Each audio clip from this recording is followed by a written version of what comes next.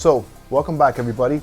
Welcome back to the second part of this 5-part series where we are reviewing all of the different bags that I have. And now we're moving on to my EDC bag. Now again, we took some of the bags out for a summer camping and it was pretty hot. So we're changing our kit a bit, and I thought it was a good time to start going over some of these bags and giving them a fair review.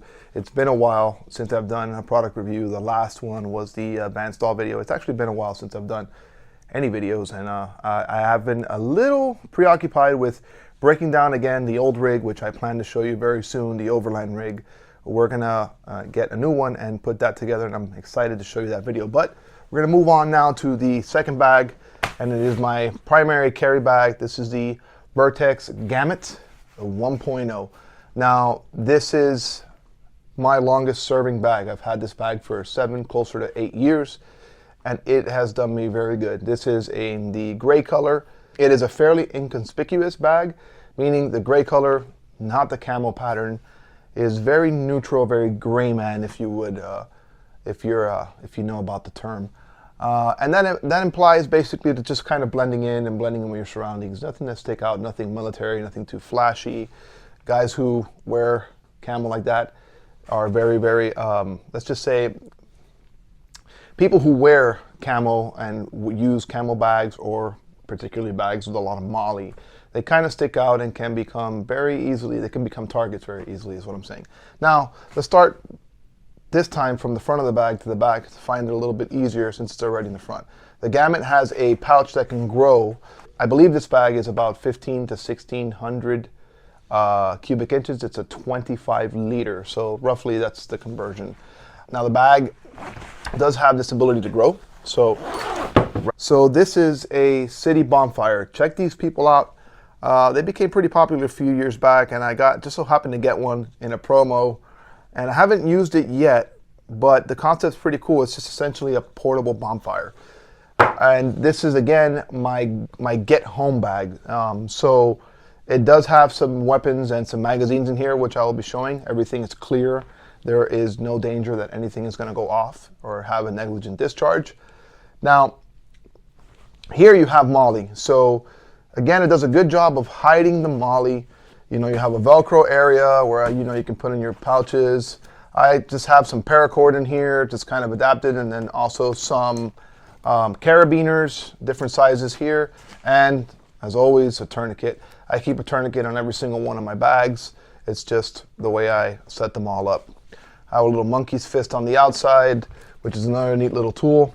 And then now this Gamut has this entire area here that covers this moly area, but also serves as an area to stow. So I've used it on hikes before, and I don't do that anymore. I have other bags now for that. But this has a couple of hooks right here that set up here on the side of the pack and allow this to grow so you could stuff things in it and then cinch it down. So if a pair of boots, maybe even a tent, let's just say a whoopee or something, it'll grow it a bit, but then you tie that down to these tie down points right up here near the back of the bag, and we'll get to that later.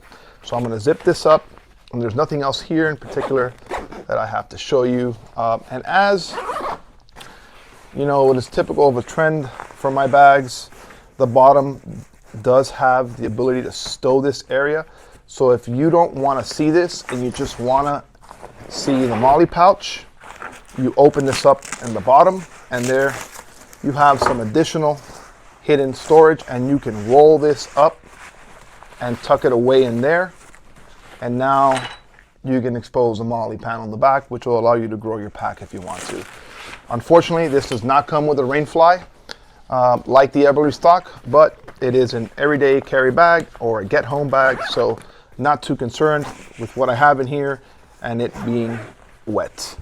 Going back top of the pack, you'll see that right up here there's a storage pocket, and in here I keep basically a boo-boo kit, little clown nose. It's for my son, he loves that. So some, you know, allergy pills, Band-Aids, some battery storage, some some more lip balm, some EDC items. This is a Chavez knives key. Check that guy out, Chavez knives. Awesome, he makes awesome things. That's a bottle opener. And then I also have some Neosporin in here. So I basically, up in here, keep like what you would call a boo-boo kit. Nothing too crazy. I do have some Pedialyte, some hydration in there in case I want to add it and get some additional electrolytes. I keep that in there just for everyday use. Now, onto the side, you have bottle, little bottle pocket here that allows you to cinch it down as well. If you want to put that in there. And on the side, you have some pouches. Now in here, believe it or not, that's an airway. It's part of the kit that I keep in here. And you know, usually just in case I need to use this. As you know, I am a father, so if I need to form an airway for any, God forbid it's my son, it's there. Another pocket on the side. Both things, you know, also for water. I just keep some spare charging cables in here in case I need them for my iPhone or whatnot. And then on this side, which is my right side, I keep my mags. So I have some spare mags here, short ones, actually 220s and a full 30 Lancer 5.56 mag, and these are OK mag 20 round mags. Bit of lube, unicorn lube from the Umbrella Corporation. Awesome. I barely have any, so I gotta re-up on that. And then inside these, you also have a little zipper pouch, which there I keep some additional lube. This is Chemex. This Chemex is pretty good. This is from just firearms grease, and this is from Liberty Gun Lube. Keep a bore snake in there in the 22 size, a gas block Allen key. I have an adjustable gas block on my primary weapon. You'll see it there. I keep two of them in case I lose one. Two is one is none. The adjusting wrench for my Trijicon. I'm sorry, the adjusting wrench from my Aimpoint T2, and some spare 123 batteries, 2032 batteries. That is for the Aimpoint T2. So, and you'll see the weapon there in a bit. That is in the main pocket. This is a little unorganized. I'm gonna have to reorganize this. Typically goes wound up and tightly stowed in there. So I'm gonna put all this back and then we'll get to the rest of the rifle. All right, moving on. We're gonna go to the main pocket. Now the main pocket, somewhat kind of hard to see, but the zippers are right there. Have a little beer can, little beer bottle opener there, and pull up on that, and that'll reveal the full gamut itself. Now we're gonna lay that down for you. In here, what you're gonna see is some pockets for some pens up in here and two zipper pouches, which presently are empty right now because I don't really feel the need to use them for anything else.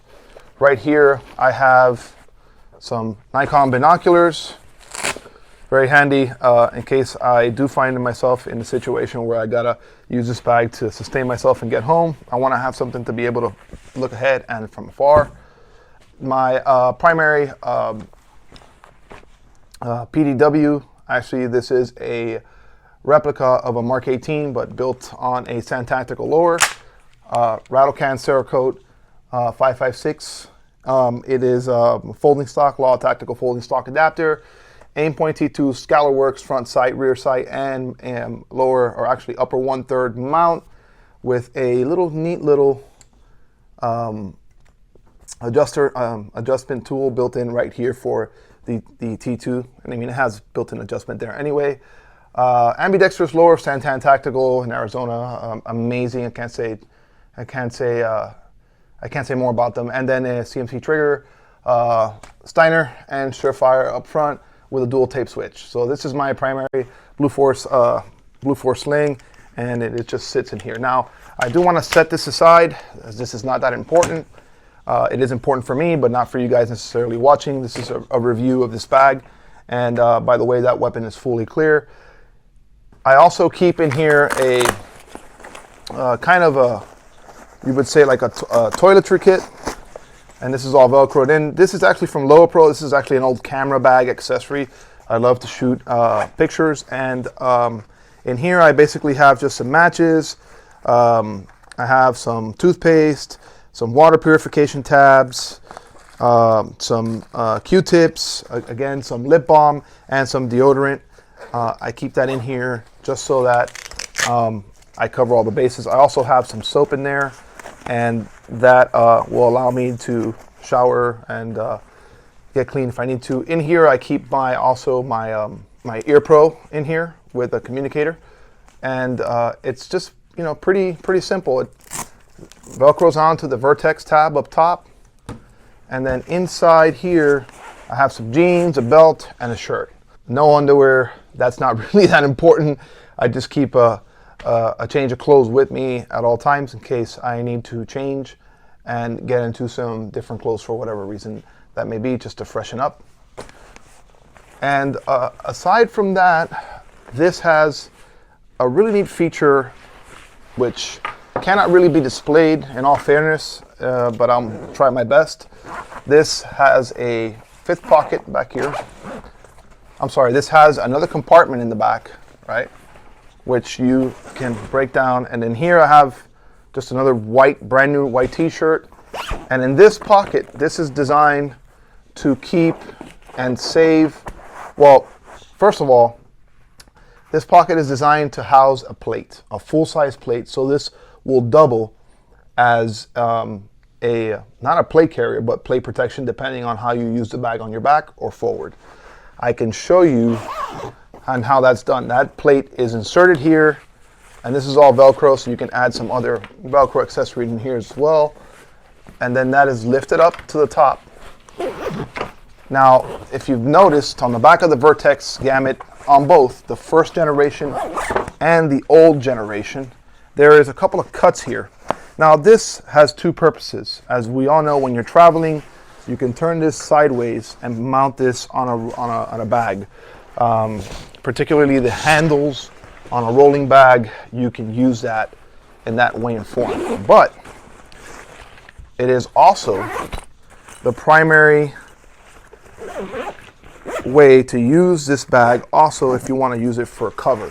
Now, what you would do is, in the event that, God forbid, you are in some sort of imminent danger where there's firearms at play, you can put your hand through this like so and put it up in front of you, and now you've created a barrier between you and the threat. Now, again, this is just for your torso, and depending on the type of armor, if you put some class 3 plates in here, it'll stop up into a rifle round, and that's pretty neat. It's a pretty neat option to have. I presently don't have a plate in there. I do have a plate for it, but currently I do not have it in there. It is pretty heavy, and it adds a substantial amount of weight to the actual bag itself. Now, I'm going to place this back on here and turn around for you guys so you can see this a little better.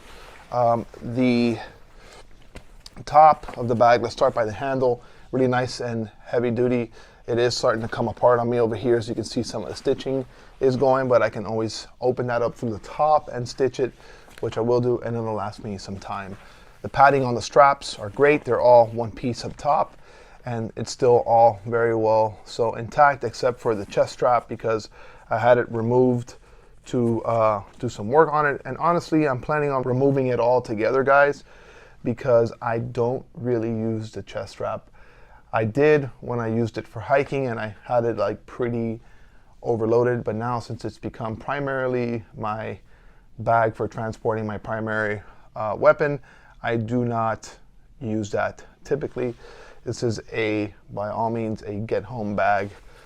The padding on both the straps and on the back itself of the bag is a mesh material, and it is very breathable, very comfortable. It doesn't get hot. The straps aren't as wide, and the padding isn't as thick as in the Eberly stock bag, but it is about 1/4 of an inch, maybe even 1/2 of an inch thick. So it is very comfortable to wear. Once you're wearing it the whole day, it's no problem. Now, if you were to carry this out for 3 or 4 days, it might get a little bit uncomfortable, but for the intended purposes of the way I use this bag, it's just fine. It does somewhat keep straight because, as you did see earlier, there is an insert in here that's like of a hard plastic material that keeps it somewhat upright, and I like that because it adds a lot of rigidness to the bag and helps you keep the bag upright when you're working with it or looking through it. Yeah, so definitely this is a great bag. Now again, this is the Vertex Gen 1. They are now on their current Gen 2 models. They're really, really nice bags, guys. I can't say enough about this bag. It's treated me very, very well over an 8-year span. Now, it is a get home bag for me. I don't know what you guys are gonna do with it. I highly recommend that you get one. They are now on their version 2, which has a different color palette, and they're actually very nice. They don't have that many logos, which nowadays with the evolution of the whole gray man, that's a good thing to have. It doesn't really, you know, some people can brand recognize, and I know I can, depending on you know, the type of brands. There are a lot of good other brands out there, Mystery Ranch, Hill People Gear, a lot of nice bags out there. This is just the one I chose, and I went with this color because of the way it blends in. It looks kind of like a standard backpack. It looks like a standard backpack. Well, guys, I hope you really enjoyed the video, and definitely if you have any comments or questions, or you feel like I missed something, just comment below. I hope you guys learned something, and if you didn't, I at least hope that you enjoyed the video, and I will see you guys in the next one.